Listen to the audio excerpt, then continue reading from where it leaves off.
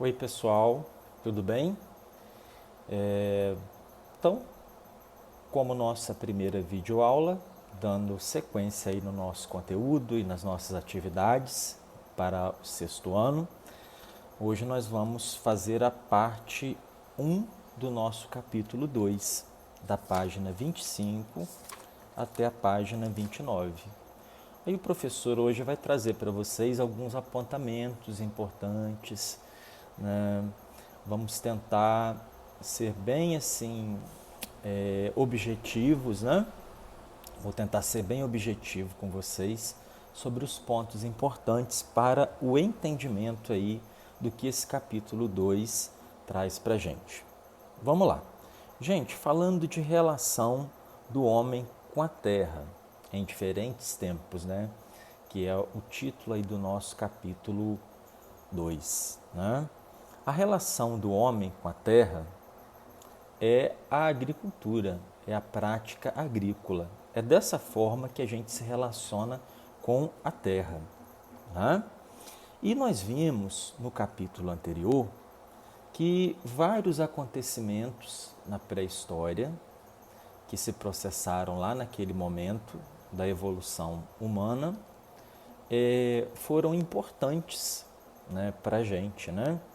E a gente até discutiu que o próprio nome pré-história ele sugere um pouco de preconceito, porque lá naquele momento se processaram diversas descobertas que foram importantes, né? Então a gente não pode menosprezar esse período, que é tão importante quanto os demais períodos da história. Bom, vamos lá. Entre esses acontecimentos importantes, né, que se processaram lá na pré-história, primeiramente nós temos que falar sobre o domínio da agricultura, que é o tema fundamental aqui desse capítulo 2, né? Então, a agricultura e a revolução agrícola, que se processa na passagem do Paleolítico para o Neolítico, ela traz inúmeras mudanças para a vida humana, principalmente no que diz respeito à passagem do nomadismo para o sedentarismo. O que é isso, professor? Vamos recordar. Nômade é aquele que não tem moradia fixa. Sedentário, somos nós, né? É aquele que vive mais tempo em determinado lugar, que é a vida sedentária. Nós sobrevivemos e não nos mudamos de um lugar para o outro por um longo tempo, né? O ritmo da nossa vida é sedentário desde lá da pré-história, quando a gente conseguiu, enfim, entender o funcionamento da natureza através da agricultura, quando a mulher, como nós conversamos, inventou a agricultura ao descobrir as sementes no interior dos frutos. Muito bem, pessoal. Então, a revolução agrícola é a primeira grande mudança que acontece aí na vida humana nesse período, tá? Bom, também lá na pré-história nós tivemos o domínio da metalurgia, ou a arte de se manusear, de fabricar objetos em metal, né? E nós vimos que até os grupos que possuíam essa habilidade, os grupos humanos que tinham o domínio dessa habilidade, eles eram dominadores, eles dominavam os outros grupos humanos, porque eles tinham armas, né, e utensílios domésticos mais eficientes, né, feitos em metal, né? Também acontece nesse período, turma, a revolução urbana, que se dá em decorrência do crescimento da população em algumas partes, né, do planeta, né? Então, cresceu a população, as comunidades foram aumentando e também se desenvolveu a atividade comercial devido ao aumento da produtividade de alimentos, né? Todo o excedente, toda a sobra de alimentos era comercializado, era vendido, né? E com isso surgiram as primeiras cidades, né? Por isso se chama Revolução Urbana, que se dá posteriormente à Revolução Agrícola, né? A gente tem que entender que a Revolução Agrícola, ela é o ponto de partida para essas mudanças, para a organização das primeiras civilizações, né? Porque o ser humano, ele é um animal social e civilizado, né? A gente vive em civilização e em sociedade. Então a prática agrícola, ela dá o start, né? O play para que a gente se organize a nossa vida dessa forma, como a gente sobrevive hoje em dia em sociedade, porque nós precisamos uns dos outros para sobreviver, né? Primeiramente, o trabalho nessa época, nas primeiras comunidades e primeiras cidades, nós vimos que o trabalho se dividia por sexo, né? O homem tinha as tarefas dele, a mulher tinha as tarefas dela, né? Como cuidar da casa e cuidar das crianças. Só que depois, né, com o surgimento das primeiras comunidades e cidades, nós temos o quê? A especialização do trabalho. Foram surgindo as profissões. Tinham indivíduos que trabalhavam com artesanato, outros com a tecelagem, outros com a construção, outros eram ferreiros e assim por diante. Tá, turma? Bom, e nesse momento que as cidades começaram a crescer, que as comunidades começaram a aumentar de tamanho, né, que a vida coletiva, né, o viver em sociedade se tornou uma realidade, quando nós temos muitas pessoas dividindo o mesmo espaço, a gente precisa de organização. E foi nesse momento que surgiu a necessidade de uma organização para administrar a vida coletiva. Foi aí nesse momento que surgiu a figura do Estado, tá, turma? E é importante a gente destacar que o Estado, ou poder público, ele não surge ao mesmo tempo em todas as partes do mundo. Nós vamos ver até os dias atuais que existem comunidades que ainda vivem na forma de organização tribal, né? Nós, por exemplo, onde nós vivemos, a gente precisa do Estado para organizar a nossa vida em comunidade. A gente percebe aí, por exemplo, nesse atual tempo aí de conjuntura, que o poder público ele precisa tomar decisões em nosso nome. Ele precisa organizar a vida pública para que a gente possa superar as nossas dificuldades coletivas. Então, o Estado, ou poder público, ele administra a nossa vida. E o Estado ele não surgiu ontem, na semana passada, no ano passado, no século passado. Ele surge ainda bem lá atrás, na passagem lá da pré-história para a Idade Antiga. Tá, pessoal? Bom, esse Estado, esse poder público, a primeira forma de organização dele se deu através da teocracia, que foi a primeira forma de governo existente. Eu até coloquei para vocês aqui no resumo, que eu vou disponibilizar no post lá na plataforma, junto com essa videoaula, para a gente destacar que isso não está no nosso material, apesar da gente falar, né, indiretamente da teocracia, mas a gente precisa dar nome, né? Então a teocracia era a forma de governo que predominou nesses primeiros lugares em que surgiu o Estado, ou poder público. E é importante que a gente defina o seguinte, que teocracia é a forma de governo onde se misturam política e religião, né? Ou seja, na prática, vamos pensar, por exemplo, no Egito Antigo. O faraó, que era o governante do povo egípcio, ele, ao mesmo tempo em que governava o povo do Egito, ele também era considerado filho dos deuses, né? Ele era considerado uma divindade, assim como em várias outras civilizações do mundo que a gente vai estar estudando. Então, notem bem, o faraó, além de governar o povo do Egito, ele tinha a função de quê? De representar a religiosidade. Ele era respeitado como uma divindade dentro do Egito, né? E o faraó, gente, assim como esses primeiros governantes que a gente vai estar estudando, dessas primeiras civilizações, dessas primeiras sociedades que a gente está abordando aqui nesse capítulo, eles eram chamados de reis sacerdotes, exatamente pelo fato, né, de governar, que é o que faz um rei, e um sacerdote, que desempenha um papel importante de destaque dentro de uma religião. Então, esses primeiros governantes dessas primeiras sociedades eram chamados de reis sacerdotes, porque eles desempenhavam essas funções políticas e religiosas ao mesmo tempo. Ok? Bom, para exercer o seu poder sobre o povo, esses reis sacerdotes, eles contavam com um grupo de funcionários públicos que administravam os assuntos públicos, que era chamado de burocracia estatal. Tá bem, turma? Opa, caiu aqui o fone, deixa eu voltar. Então, a burocracia estatal era um corpo de funcionários com o qual esses governantes contavam para recolher os impostos, para cuidar dos assuntos públicos, né? Porque esses governantes não conseguiam fazer isso tudo sozinhos. Tá bem? Bom, também, gente, é importante que a gente destaque, né? Inclusive está aqui já na página 27, né?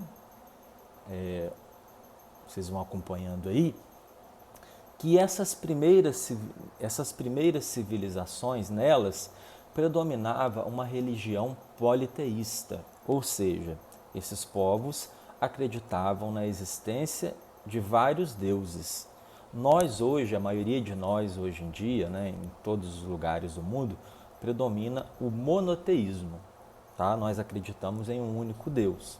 Mas nessa época, essas sociedades e esses povos acreditavam na existência de vários deuses.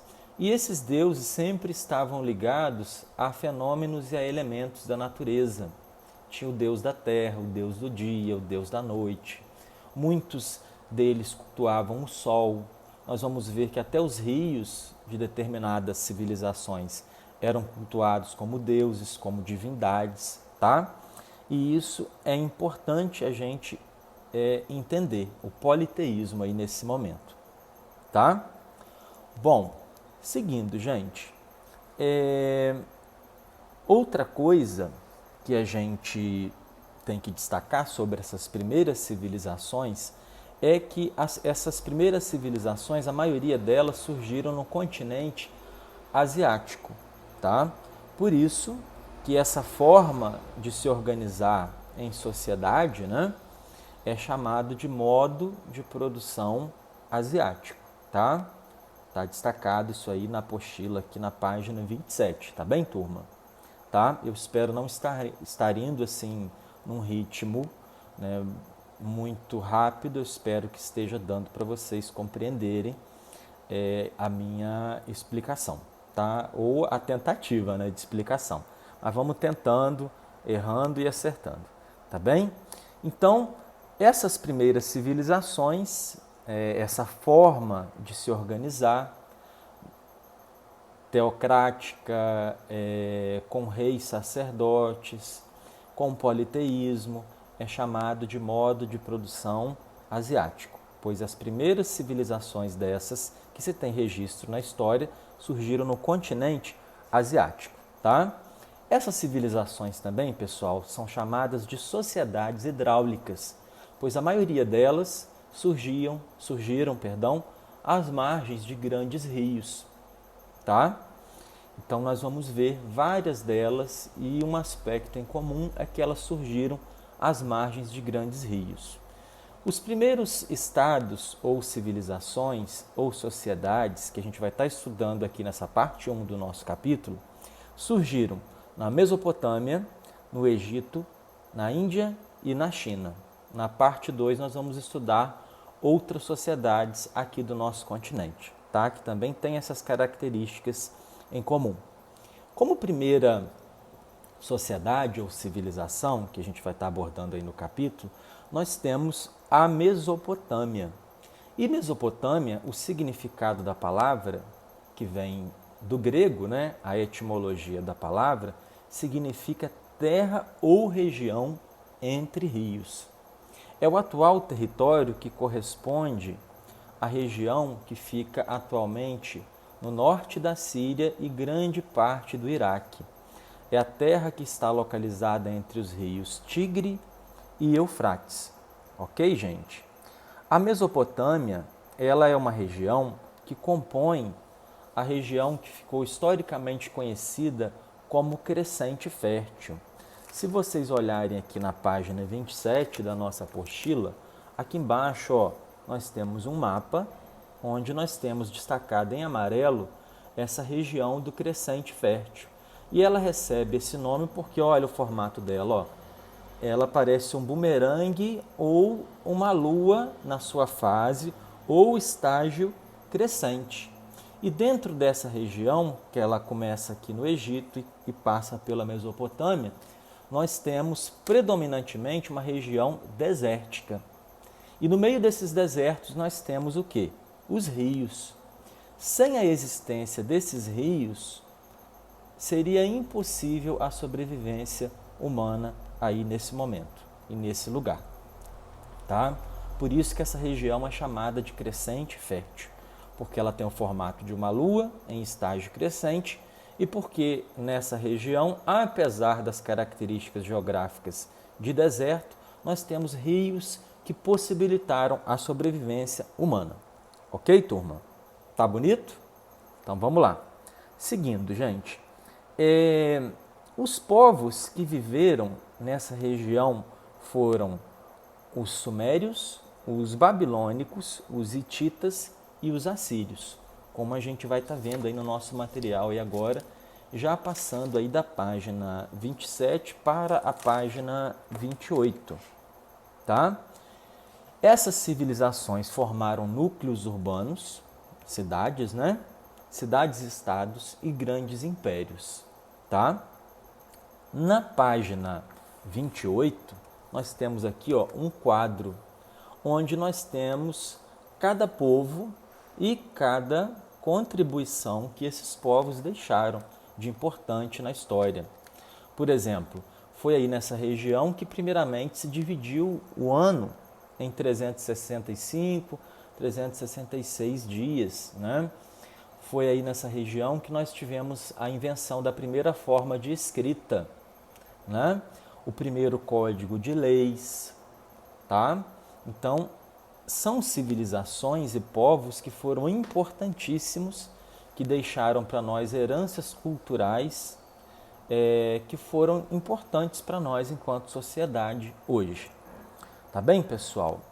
Então aqui nós temos aqui cada povo, sumérios, babilônicos, hititas, assírios e caldeus, tá?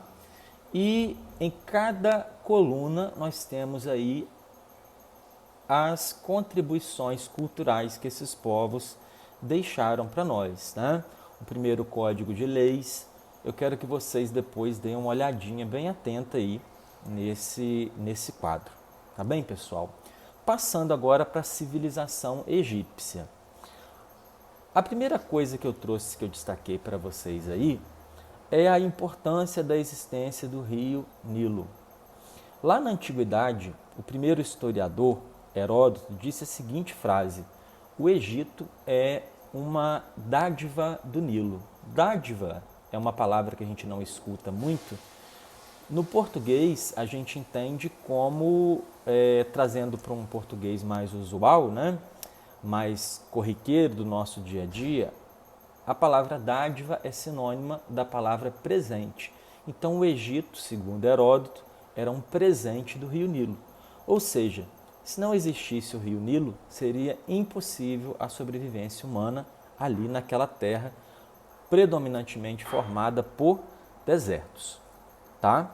Então, o Nilo era considerado praticamente uma divindade, os egípcios cultuavam o rio Nilo e, além disso, tudo o que eles precisavam para sobreviver, eles utilizavam ali o rio, irrigando a terra, né, para praticar a agricultura. Já passando para a civilização indiana, nós temos o quê? A mesma característica, o mesmo padrão. Um rio de onde se origina uma civilização. Porém, lá na Índia nós temos o quê? O rio Ganges, tá? Que até hoje é considerado um rio sagrado, né? Que até hoje os indianos se banham nas águas do rio e têm uma enorme gratidão pelo que o rio proporciona para eles, né?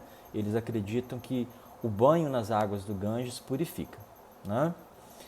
Dos pecados e tudo mais.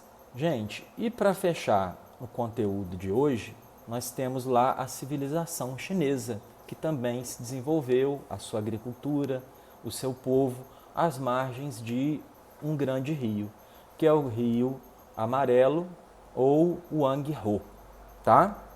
Pessoal, eu coloquei aqui no final do nosso resumo ou roteiro de estudo uma observação importante, que nós temos que entender que em todas essas civilizações, o surgimento do Estado ou do poder público, ele foi ditado por uma necessidade, ou seja, a organização de um poder público surge de uma necessidade. E que necessidade é essa? A necessidade de coordenar, de executar grandes obras públicas de irrigação para aumentar a produtividade de alimentos, né? Canais de irrigação, diques, né, que são as represas para reservar água, né, para tempos de seca. Então, todas essas civilizações que a gente estudou aqui hoje até agora, elas surgem dessa necessidade.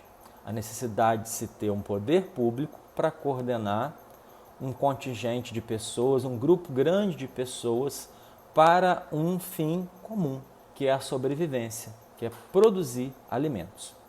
Bom, por hoje é só, pessoal. Leiam atentamente aqui o nosso material da página 25 à página 29, como nós marcamos aqui, e façam as atividades, tá bem?